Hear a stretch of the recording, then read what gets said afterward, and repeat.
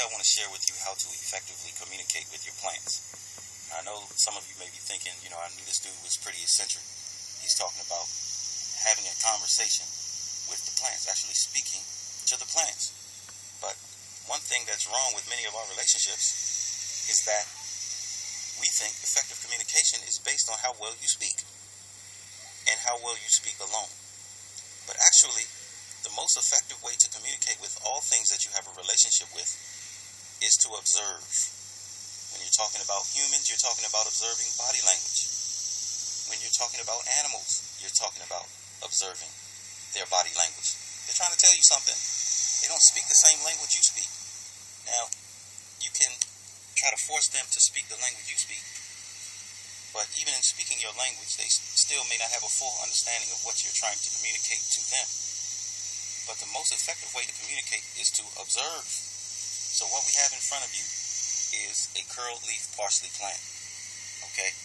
And only thing you want to do is observe it. So get up on it. Don't be shy. You're familiar with your plants.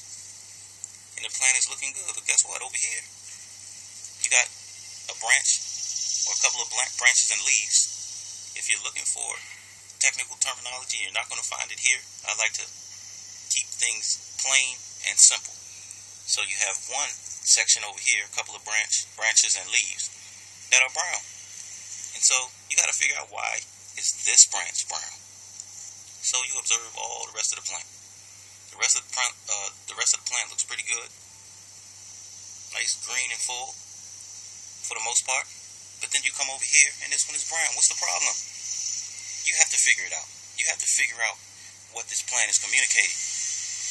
The only difference between these leaves and branches and the rest of this plant is that it's leaning up against this plastic container. Nothing else is touching the plastic container but these leaves and branches.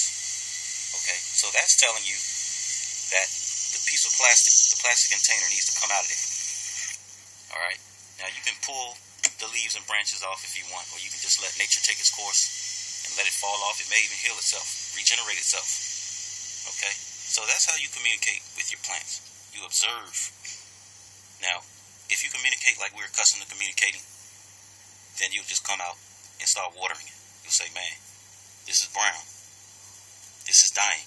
It must need some water. But you're looking at the rest of the plant, and the rest of the plant is not dying. And it gets watered the same every day. So there could be a few problems here. Maybe the container's too small. Maybe it's outgrowing its container. What else? Maybe it's getting too much sun. Maybe it's not getting enough sun. But since there's only a couple of branches here that are connected to each other and leaves that are turning, then you know that it's not the sun, it's not the water. It was this foreign thing that somebody stuck right here and the plant was leaning up against. Okay, so you communicate most effectively with your plants the same way you communicate most effectively with every other thing that you have a relationship with. This is Ben Daku, Agabo Wakatu.